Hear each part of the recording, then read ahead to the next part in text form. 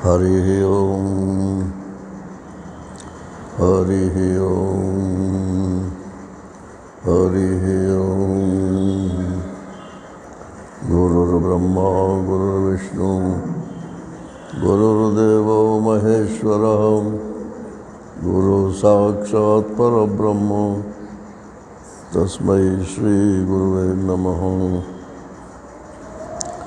शंकरं शंकराचार्यं केशवं बादरायणं सूत्रभाष्यकृतौ वन्दे भगवन्तौ पुनः पुनः।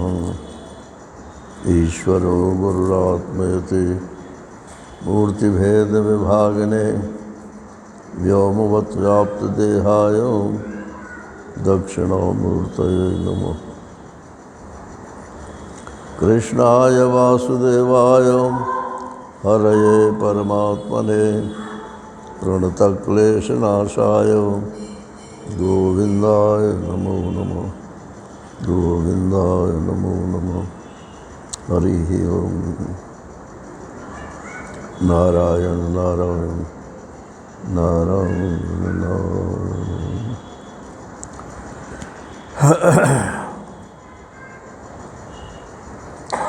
भगवान श्री कृष्ण उद्धव जी को उपदेश दे रहे हैं त्याग और वैराग्य का।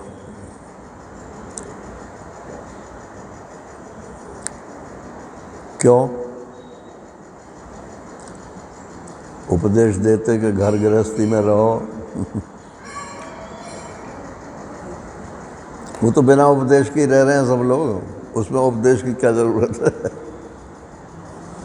उपदेश तो उसके लिए होता है कि जो अपने आप नहीं होता है और जिसको करना आवश्यक होता है।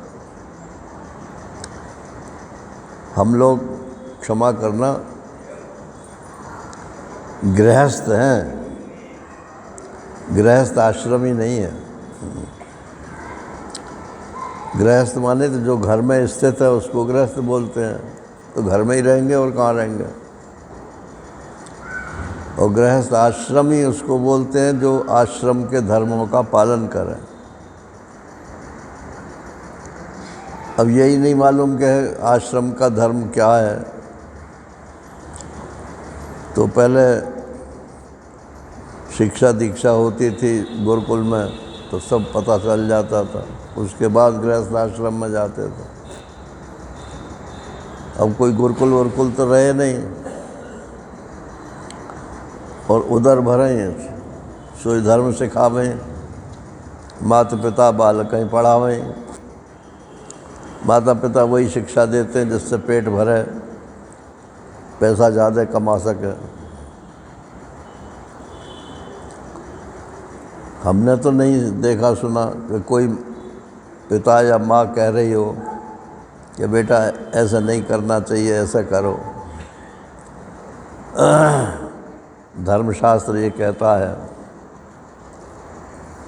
नारायण।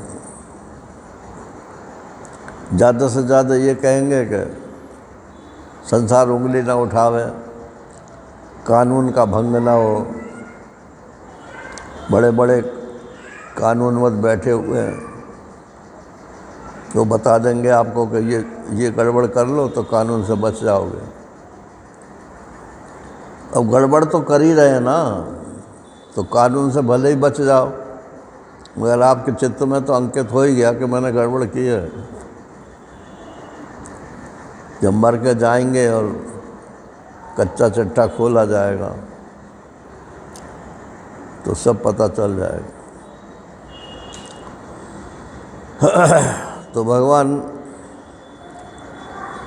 उद्धव जी को सब उपदेश दे रहे हैं क्योंकि उनको अपनी जगह छोड़ कर जाना चाहते हैं।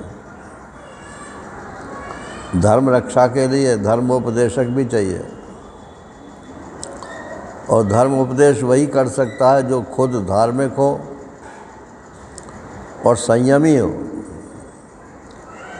अगर संयमी नहीं है तो धर्म का उपदेश देने लायक भी नहीं है। तो भगवान ने कहा है उद्धव जी के लिए कि उद्धव जी मेरे ही समान हैं और संसार के विषय तो उनको छू तक नहीं गए। ऐसा बढ़िया धर्मोपदेशक कहाँ मिलेगा। तो ये बताया कल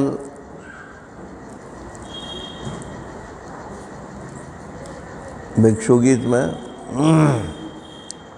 कि मनुष्य को सहन करने की शक्ति आनी चाहिए। अब वो तो सन्यासी हो गया था इसलिए उसने सब कुछ सह लिया, लेकिन सहन तो आश्रम में, गृहस्थ आश्रम में भी करना ही पड़ता है। तो अपने आश्रम के अनुसार सहन करना चाहिए। लड़ाई करने से कोई फ़ायदा नहीं है। अब आगे कहते हैं भगवान कि मैं तुम्हें सांख्य योग की बात सुनाता हूँ। एक सांख्य योग वो है जो भागवत के 3रे स्कंद में है। कपिल जी ने जो अपनी माता जी को सुनाया, और एक सांख्य योग ये है जो भगवान उद्धव जी को सुना रहे हैं। दोनों में अंतर है। और एक सांख्य वो है जो कपिल सांख्य के नाम से प्रसिद्ध है, सांख्य दर्शन जिसको बोलते हैं। तो वो सांख्य दर्शन में तो ईश्वर नाम की कोई चीज़ ही नहीं है। एक प्रकृति है, एक पुरुष है। और जो कपिल सांख्य 3रे स्कंद में है जो माता जी को सुनाया,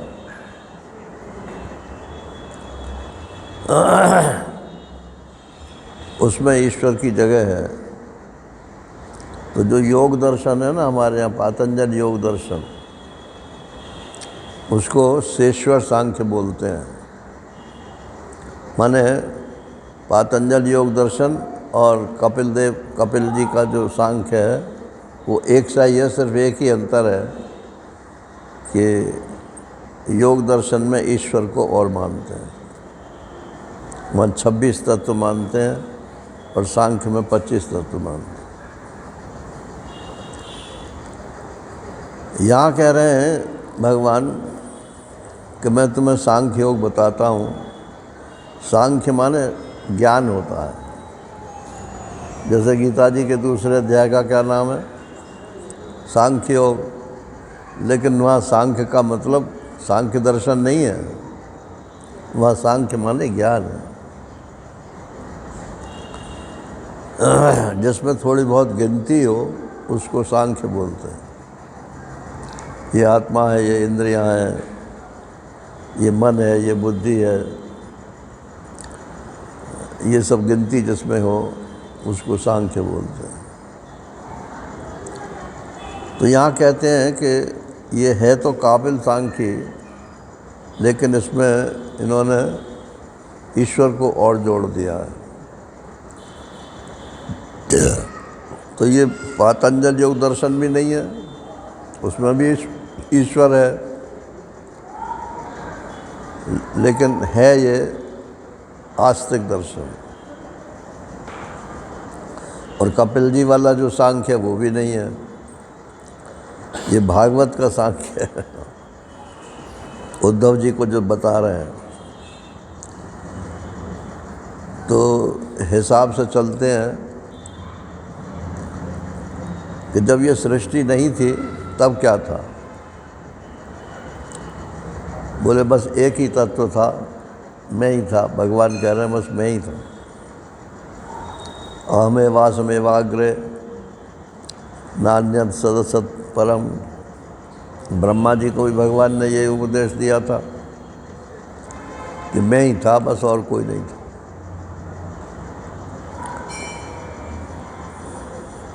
तो मैं ही का मतलब मेरे में सब कुछ था, लेकिन कोई भी कुछ भी व्यक्त नहीं था।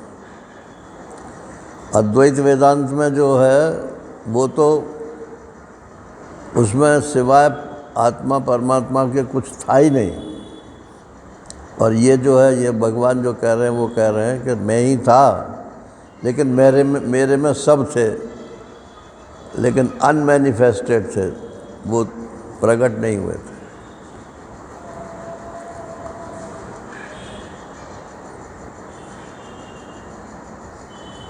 तो अब सृष्टि काल उपस्थित हुआ, तो वो ब्रह्म जो था,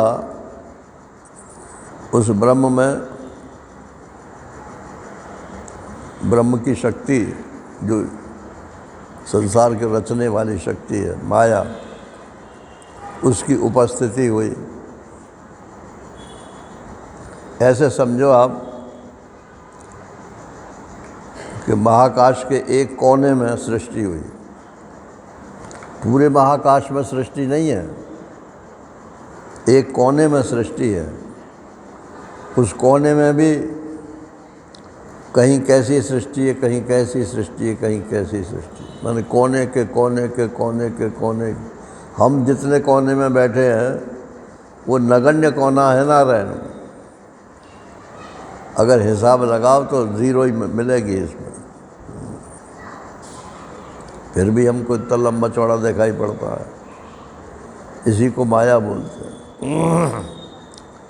तो ब्रह्म के एक कोने में माया, माया ने ब्रह्म का प्रतिबिंब ग्रहण किया। माया ब्रह्म का प्रतिबिंब भी होता है क्या? अब यूँ समझ लो जैसे पति पत्नी हुए, तो जब तक गर्भाधान नहीं हुआ तब तक तो पत्नी ने मतलब पत्नी को स्वीकार नहीं किया, और जब गर्भाधान हुआ तो उसकी छवि, उसका प्रतिबिंब जो है उसने ग्रहण कर लिया। ये संतान जो है ये पिता की प्रतिबिंब होती है। तो माया में ये प्रतिबिंबन हो गया, तो उसका नाम हो गया ईश्वर। किसका नाम? ब्रह्म का नहीं। माया में जो प्रतिबिंबित ब्रह्म है उसका नाम ईश्वर है। एक ब्रह्म तो रहा माया से परे, और एक जो ब्रह्म माया के घेरे में आ गया उसका नाम हो गया ईश्वर। फिर उसमें संतान पैदा हुई। क्या संतान पैदा हुई? जीवात्मा। ये जीव पैदा हुआ। ब्रह्म में माया, माया में ईश्वर, ईश्वर में जीव, ये सृष्टि बन के तैयार हुई। अब वो माया तो अपनी जगह है ही ना। तो माया में 3 शक्तियाँ थीं, उन्हीं को सात्विक, राजस, तामस शक्ति बोलते हैं। सात्विक माने ज्ञान शक्ति, राजस माने क्रिया शक्ति, और तामस माने स्थिति। अब ये पुस्तक इस पर रखी है, अगर इसमें तमोगुण ना हो तो लुढ़क जाए। अगर मेरे में इस समय तमोगुण ना हो तो मैं कुर्सी पर थोड़ी बैठूंगा। तो तमोगुण भी आवश्यक है सृष्टि में, और रजोगुण तो है ही, क्रिया शक्ति तो सब में जरूरी है ही, और ज्ञान शक्ति के बिना तो कुछ नहीं है नारायण। हालांकि सबसे ज़्यादा जो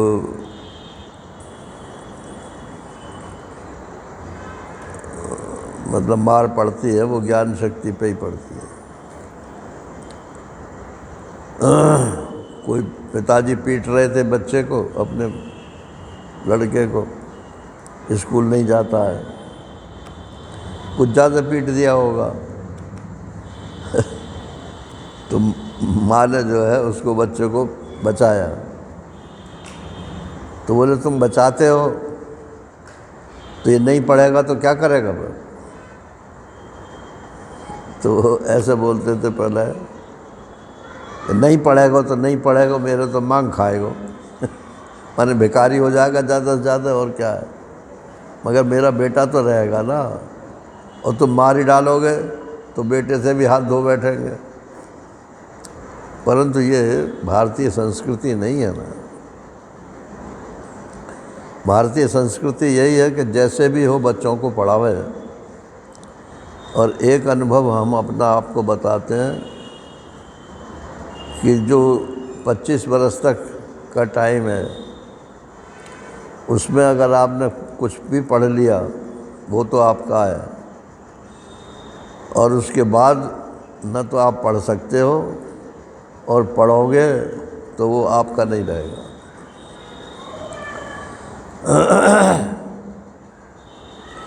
यही ब्रह्मचर्य अवस्था का विशेष है।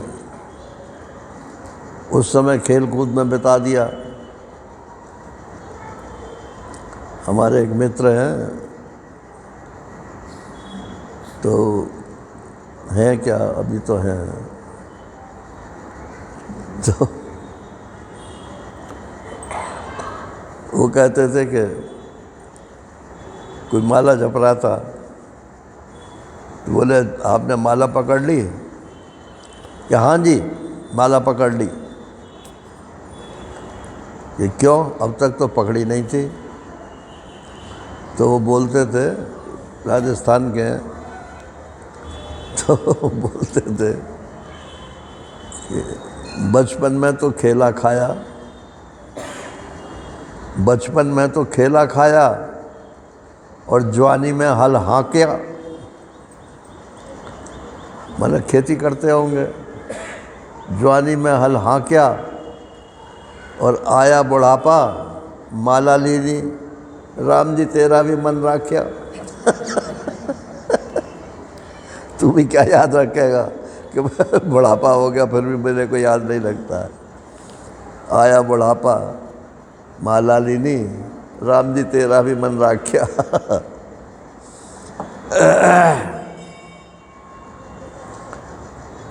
तो ये वक्त पे जो काम होता है उसी की वैल्यू होती है।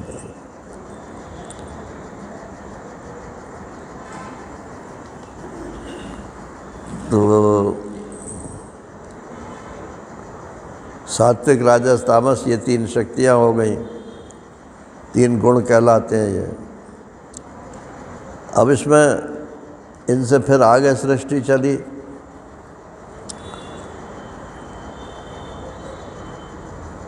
तो क्रिया प्रधान शक्ति से सूत्रात्मक हुआ, ज्ञान शक्ति प्रधान से महतत्व प्रकट हुआ,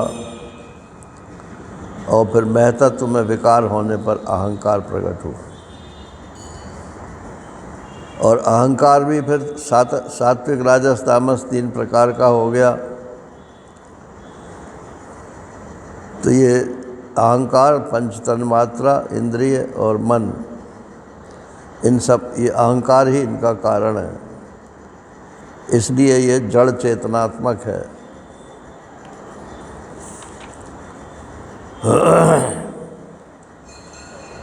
बोले हमें क्या मतलब, कैसे भी सृष्टि हुई होगी, ऐसा बोल सकते हो आप, मतलब तो नहीं है। लेकिन अगर आपको पता चल जाए कि सृष्टि कैसे चल रही है तो आप सावधान हो जाओगे। ये अहंकार प्रतिक्षण बदल रहा है, कभी सात्विक होता है, कभी राजस होता है, कभी तामस होता है। तामस अहंकार ना होने पावे। तामस अहंकार कर्म में लगाता है, राजस अहंकार भोग में लगाता है, और सात्विक अहंकार आपको परमात्मा की ओर ले जाता है, ज्ञान में लगाता है।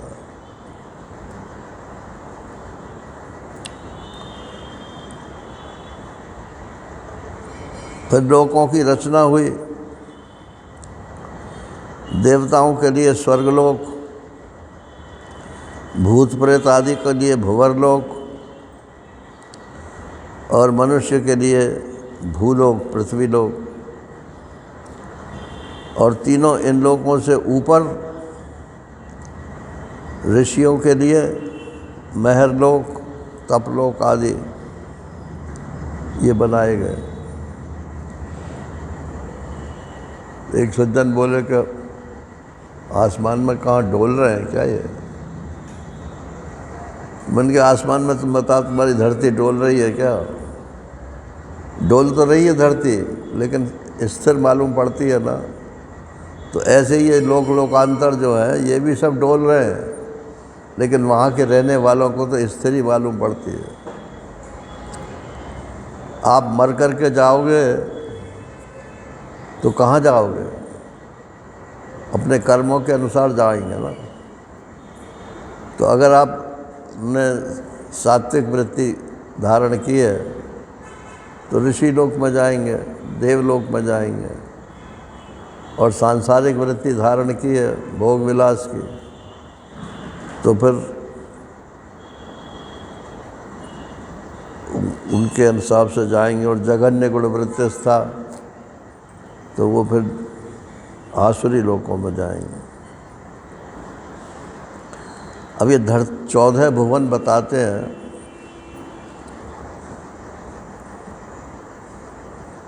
मेरे को 14 भुवन गिनने में बहुत परेशानी है, क्योंकि ऐसे बताते हैं कि ये तो धरती है, इस धरती के ऊपर पर 1 2 3 4 5 6 7 लोग ऊपर हैं, और फिर 1 2 3 4 5 6 7 लोग नीचे हैं, और धरती बीच में है। तो ये तो कोई परिकल्पना जो है आज के हिसाब से तो ठीक नहीं बैठती है। तो ये 14 भुवन क्या है नारायण? तो जैसे एक धरती है, धरती गोल है। अब तो ये तो समझाने में किसी को समझने में दिक्कत नहीं होनी चाहिए। धरती तो गोल है,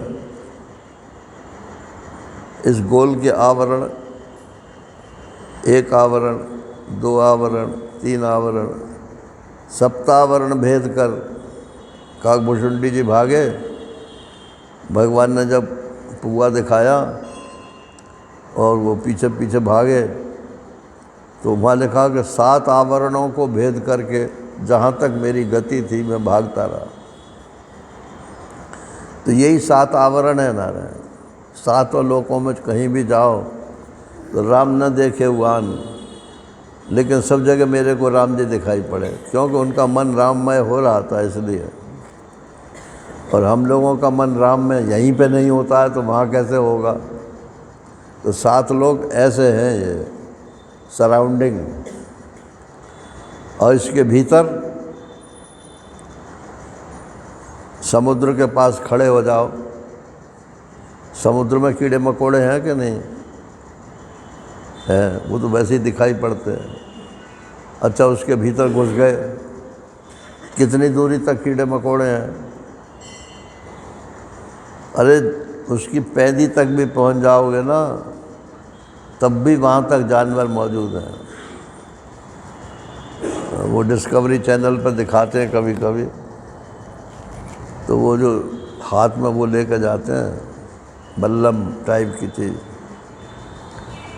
जब नीचे को जाते हैं तो वो हमला करते हैं, कहीं तो हमको मारने आया है, तो बल्लम से अपनी रक्षा करते हैं। तो वो भी तो प्राणी हैं जो ज़मीन के नीचे पानी के भीतर रह रहे हैं। अच्छा, वो तो पानी के भीतर हो गए और ज़मीन को खोदो तो चींटी वीटी तो ऊपर ही ऊपर आपको मिल जाएंगे, फिर उसके नीचे और कीड़े मकोड़े मिलेंगे, फिर उसके नीचे और कीड़े मकोड़े मिलेंगे। कितनी सृष्टि भरी पड़ी है नारायण इस धरती के ऊपर और नीचे। 14 तो नाम मात्र की गिनती है।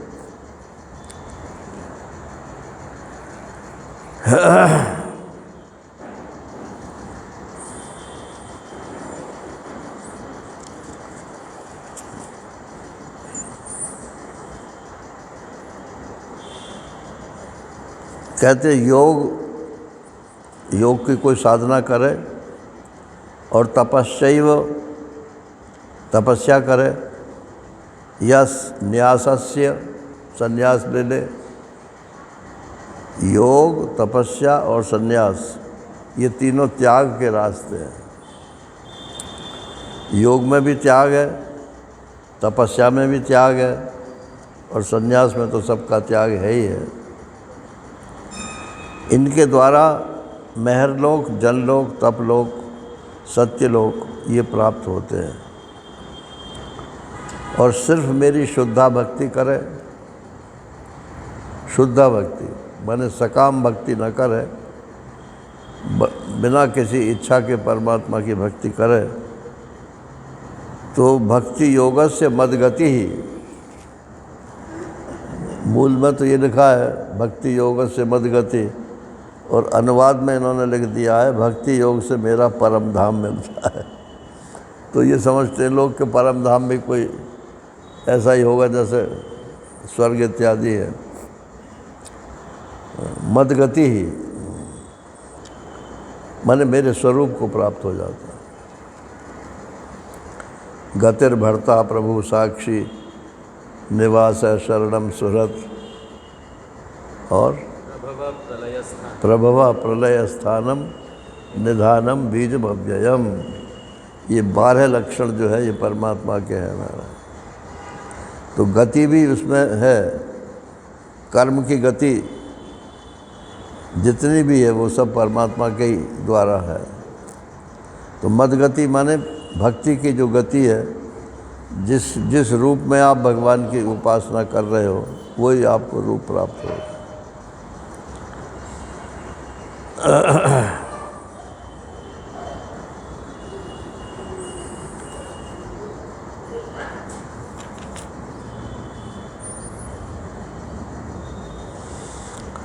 अब कहते हैं कि प्रकृति ही अस्य उपादानम आधारः पुरुषः परः। इस प्रपंच का जो उपादान कारण है वो तो प्रकृति है, और परमात्मा इसका अधिष्ठान है, और इसको प्रकट करने वाला काल है। तो इस संसार का, प्रपंच का उपादान कारण प्रकृति है।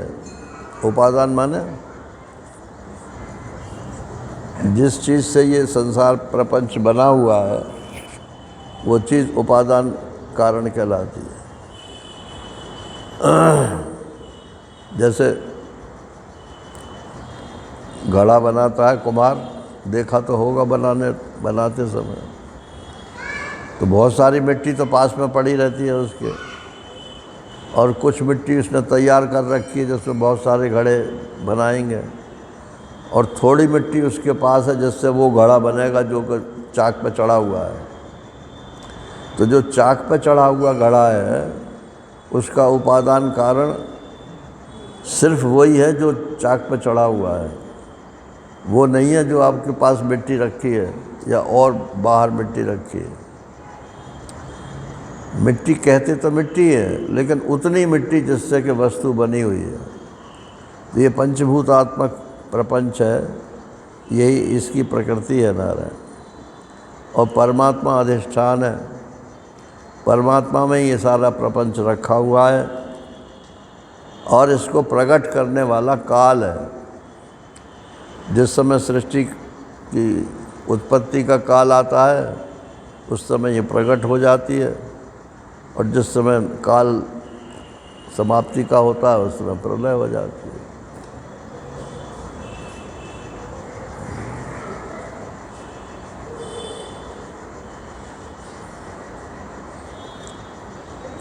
आज किसी की शादी हुई और 5 साल हो गए, 7 साल हो गए, संतान पैदा ही नहीं हुई, तो निराश हो जाते हैं लोग। फिर हो गई संतान, कुछ किया नहीं उसके लिए, हो गई। तो ये कैसे हो गई? वो काल नहीं आया था, जिस काल में वो संतान पैदा होनी थी वो काल नहीं आया था। जब वो काल उपस्थित हो गया तो संतान पैदा हो गया। ऐसे ये सारी सृष्टि जो है ये काल के अधीन है। जिस समय जिस चीज़ की आवश्यकता होती है उसी समय वो वस्तु पैदा होती है।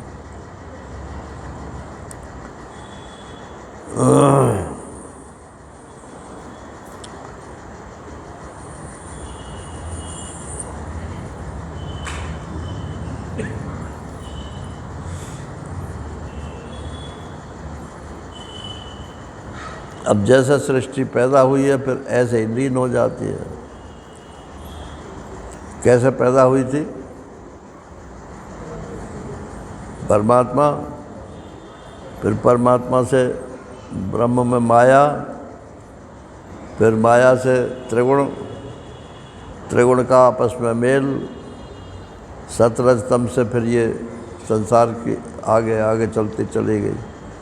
अब नष्ट होगी तो क्या होगी? अब उल्टी गिनती गिनो। पृथ्वी, जल, अग्नि, वायु, आकाश। तो अब पृथ्वी पे बैठे हैं हम। जब प्रलय होगी तो पृथ्वी जो है जल में लीन हो जाएगी। ये कौन से जल में लीन होगी? समुद्र में। समुद्र तो खुद धरती के ऊपर खड़ा हुआ है, तो धरती समुद्र में लीन नहीं होगी। ये तन्मात्राओं का वर्णन है।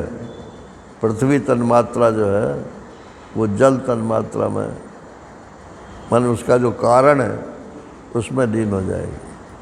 फिर जल तन्मात्रा जो है वो अग्नि तन्मात्रा में लीन हो जाएगी। अगली फिर वो वायु तन्मात्रा में, फिर वो आकाश तन्मात्रा में, फिर वो अहंकार में, और फिर वो ब्रह्म में। जहाँ से निकला था वहीं से पहुँच जाएंगे।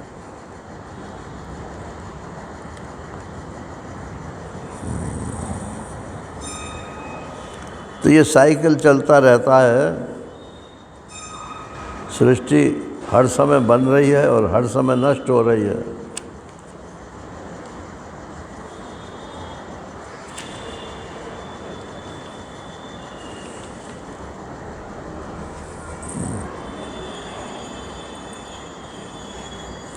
अरे भाई क्या होगा?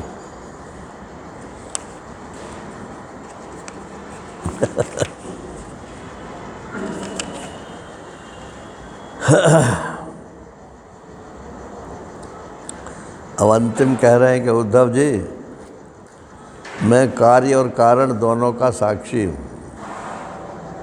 अब असली बात बता दे रहे हैं। मैं कार्य और कारण दोनों का साक्षी हूँ। मैंने तुम्हें सृष्टि से प्रलय और प्रलय से सृष्टि तक की सांख्य के अनुसार विधि बतलाई। इससे संदेह की गांठ कट जाती है और पुरुष अपने स्वरूप में स्थित हो जाता है, इसलिए मैंने बताई। अब कहते हैं ये कैसे मालूम पड़े कि हमारे अंदर कौन सा गुण बढ़ रहा है? तो अगले अध्याय में ये गुण वृत्ति विरोधाच, इन गुण वृत्तियों को बताते हैं। कैसे मालूम पड़े कि इस समय आप सत्वगुण में हो कि रजोगुण में हो कि तमोगुण में हो? बोलो। सब यही कहेंगे ना कि हम सत्वगुण में हैं। भाई कथा सुन रहे हैं तो सत्वगुण में तो है ही है, लेकिन यहाँ बैठ के भी किसी का मन होगा घर की बात सोचने में, तो आधा मन यहाँ सत्वगुण में है और आधा मन वहाँ है रजोगुण में है। और किसी को नींद भी आ रही होगी तो उसका उतना मन जो है तमोगुण में है। तो कोई भी गुण जो है वो शुद्ध रूप से अकेला नहीं रहता है, साथ साथ ही रहता है। सिर्फ बहुतायत की बात है, किस समय कौन सा गुण की बहुतायत है, इससे पता चलता है। तो सत्वगुण की वृत्तियां गिना रहे हैं कि मन का संयम, इंद्रियों का संयम, तितिक्षा, विवेक, तप, सत्य, दया, स्मृति, संतोष, त्याग, विषयों के प्रति अनिच्छा, श्रद्धा, लज्जा, आत्मरति, दान, विनय, सरलता आदि, और भी इसमें जोड़ लो। ये सब सात्विक वृत्तियाँ हैं। सब एक साथ तो नहीं हो सकती किसी में, तो किसी समय कोई वृत्ति होती है, किसी समय कोई वृत्ति होती है। तो अच्छी बात है, उसका फ़ायदा उठाना चाहिए। जब सात्विक वृत्ति उठे तब या तो भगवान का भजन करो, या तो कोई स्वाध्याय करो, और या तो कोई अगर सत्संग के लिए हो तो सत्संग में चले जाओ, मतलब उसका फ़ायदा उठाओ। रजोगुण अगर आपका बढ़ा हुआ है तो वो कथा में बैठ के भी बढ़ सकता है और बाहर भी बढ़ सकता है। रजोगुण की वृत्तियां हैं इच्छा, प्रयत्न, घमंड, असंतोष, ऐंठ, अकड़, देवताओं से धन आदि की याचना, भेद बुद्धि, विषय भोग, युद्ध आदि के लिए उत्साह, अपने यश में प्रेम, हास्य, पराक्रम और हठपूर्वक उद्योग करना, ये सब रजोगुणी प्रवृत्ति है। अभी बड़े बड़े मिलें चल रही हैं, नारायण, फैक्ट्रियां चल रही हैं, तो है तो ये सब रजोगुण का ही खेल क्योंकि पैसा तो उसी से मिलेगा उनको। परंतु उसके बाद जो पैसे का मतलब दुष्फल है वो भी उन्हीं लोगों को प्राप्त होता है।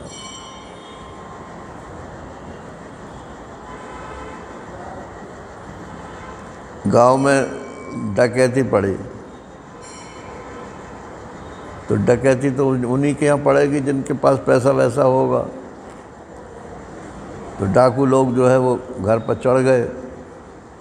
अब उसके पड़ोस में एक गरीब आदमी भी रहता था, तो उसने अपनी माँ से पूछा कि माँ ये हल्ला गुल्ला क्या हो रहा है। बोले भैया ये पड़ोसी के घर डाकू आ गए। बोले डाकू आ गए? तो वो बोला कि अम्मा लइयो मेरा दोल्ला दोल्ला माने आजकल क्या बोलते हैं उसको, दोहर। लइयो मेरा दोल्ला, ये सारी गरीबी आज ही काम आई है जिनके पास पैसा है उनके घर से वो चोर घुसे हुए, डाकू घुसे हुए हैं।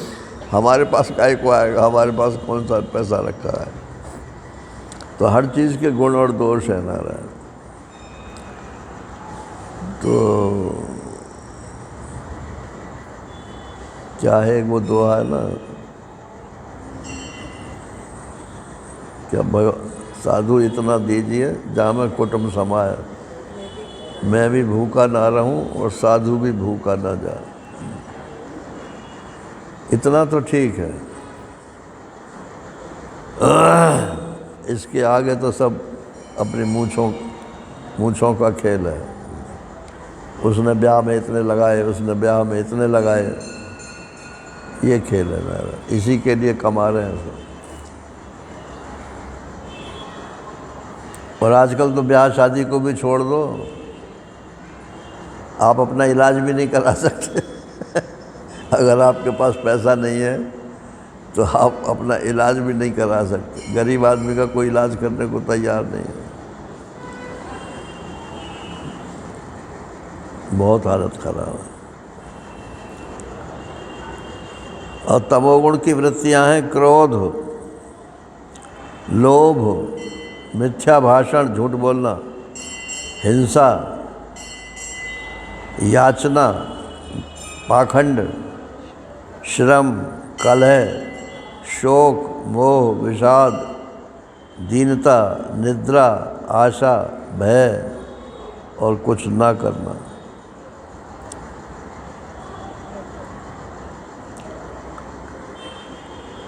अब कहते हैं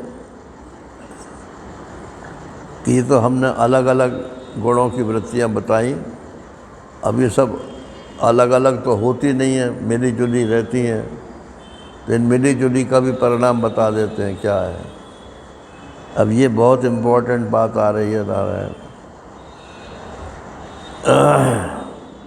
मैं हूँ और ये मेरा है, इस प्रकार की बुद्धि में तीनों गुणों का मिश्रण है। मैं हूँ और ये मेरा है, इस बुद्धि में तीनों गुणों का मिश्रण है। बताओ कैसे मिश्रण है?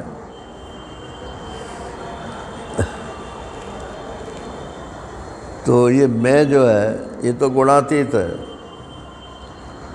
और हूँ जो है ये तमोगुण है, और मेरा जो है ये रजोगुण है, और क्या है? यह तमोगुण है, यह तमोगुण है, और मैं जो है सत्वगुण है, और मेरा रजोगुण है। तीनों चीज़ें मिली हुई हैं ये। तो बोले हमने जो है गुण छोड़ दिए हैं। तो छोड़ दिया क्या ये मैं मेरा पना? तो मैं मेरा पना तो छूटा नहीं रहा है। ये भी एक बड़ी समस्या है, इसको लोग जो है गलत भी मानते हैं। मैं मेरा कैसे छोड़ दें साहब? शरीर मेरा नहीं है तो किसका है? ये मेरा शरीर तो है ही। अरे तो व्यावहारिक मैं मेरा रखना है, पारमार्थिक मैं मेरा नहीं है। व्यावहारिक क्या मतलब है? इस शरीर का जो व्यवहार है, उस व्यवहार में तो ये शरीर मेरा है कि तेरा है ये चलेगा, और बाकी टाइम में न ये मेरा है न वो तेरा है, सब परमात्मा का ही स्वरूप।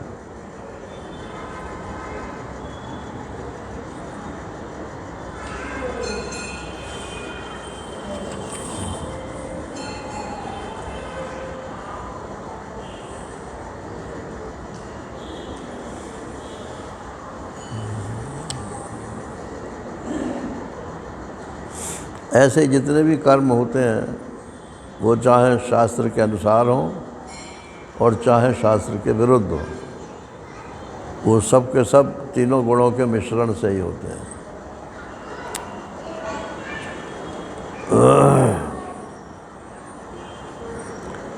अब यहाँ जो है इन्होंने जैसे सांख्य दर्शन में और वेदांत दर्शन में भी तीन विभाग करते हैं, सात्विक राजस तामस, लेकिन यहाँ इन्होंने चार विभाग किए हैं। सात्विक, राजस, तामस और निर्गुण, माने जिसमें गुण का कोई जिक्र नहीं है, न राजस का, न सात्विक, न तामस। तो ये वेदांती तो नहीं मानते इस बात को, लेकिन इसमें है इसलिए सुन लेना चाहिए। सकाम भाव से कर्मों के द्वारा भजन करने वाला रजोगुणी है, और शत्रु की मृत्यु के लिए भजन करने वाला तमोगुणी है, और निष्काम भाव से भजन करने वाला ये सात्विक है।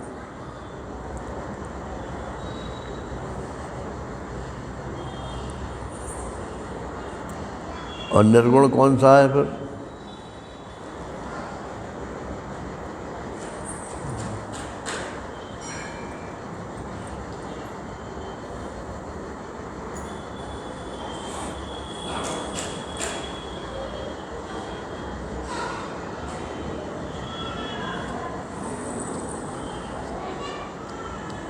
इसका तो नहीं दिया इन्होंने।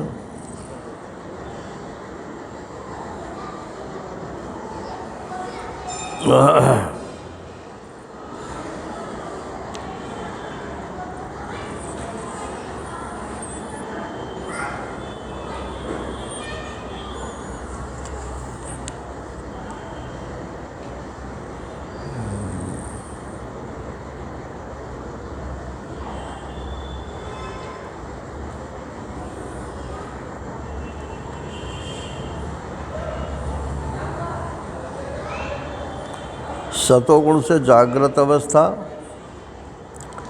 रजोगुण से स्वप्नावस्था, और तमोगुण से सुषुप्ति अवस्था होती है, और तुरीय इन तीनों में एक साथ व्याप्त रहता है।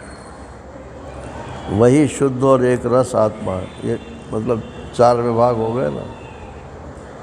ये पूछते हैं ना कि भाई जब तुरीय कोई चीज़ ही नहीं है तो इसका नाम तुरीय माने चतुरीय चौथा क्यों रखा है?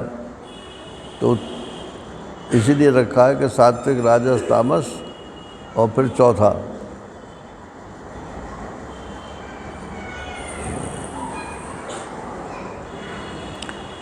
वेदों के अभ्यास में तत्पर ब्राह्मण सत्वगुण के द्वारा उत्तरोत्तर ऊपर के लोकों में जाते हैं, और तमोगुण से वृक्ष आदि योनियों में जाते हैं, और रजोगुण से मनुष्य शरीर मिलता है।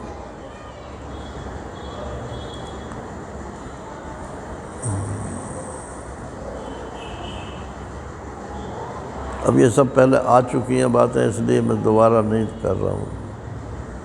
सत्वगुण की वृद्धि में यदि कोई मरेगा तो उसे स्वर्ग की प्राप्ति होती है। रजोगुण की वृद्धि में मरेगा तो उसे मनुष्य लोक प्राप्त होगा। तमोगुण की वृद्धि में मरता है तो उसे नरक की प्राप्ति होती है।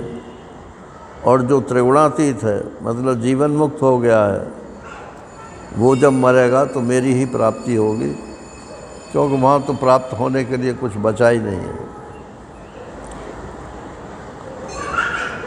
कैवल्यम सात्विकम ज्ञानम रजो वैकल्पकम च यत् प्राकृतम तामसम ज्ञानम मन्निष्ठम निर्गुणम स्मृतम।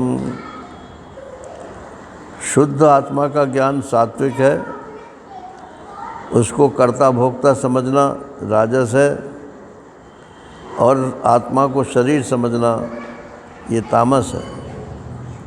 इन तीनों से विलक्षण मेरे स्वरूप को वास्तविक जानना ये निर्गुण ज्ञान है। मतलब वेदांत का जो भी ज्ञान है वो निर्गुण ज्ञान है, ऐसा समझ लो।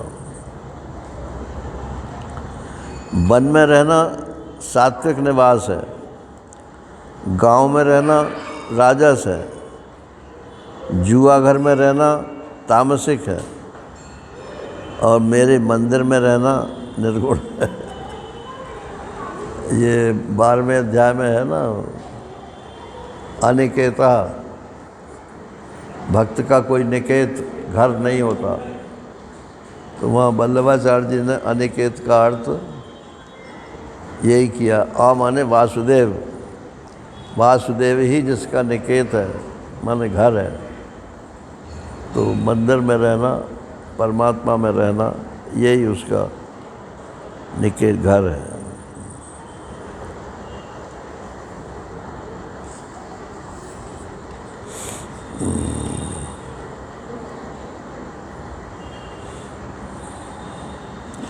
अब ये सब विभाग हैं।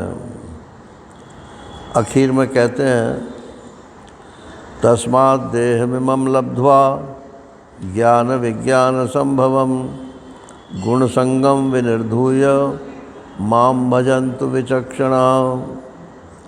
ये मनुष्य शरीर बहुत दुर्लभ है भाई। इसी शरीर में तत्वज्ञान होता है और विज्ञान की प्राप्ति संभव है। इसलिए विज्ञान माने अनुभव, ज्ञान माने शास्त्रीय ज्ञान।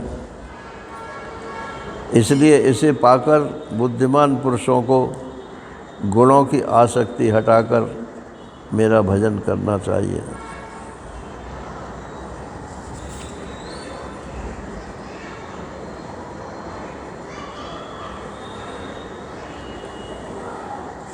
अब फिर ये पुरुरवा के वैराग्य का प्रकरण है, तो इसको मैं नहीं करूँगा, क्योंकि ये तो सब जानते हैं, और जानते भी जब नरक में जाते ही हैं तो फिर पढ़ने सुनाने से क्या मतलब है। गृहस्थ आश्रमी लोग इसको सुनना भी नहीं चाहेंगे। इसमें स्त्री शरीर की निंदा की गई। तो स्त्री शरीर की निंदा क्यों करते हो भाई, पुरुष शरीर की क्यों नहीं करते हो? अब क्यों का क्या सवाल है, जो है सो है। अब आज 27 हो गई या 28 है? 27, 28, 29, 30, 3 दिन की कथा और है, और हो जाएंगे जितने हो जाएंगे।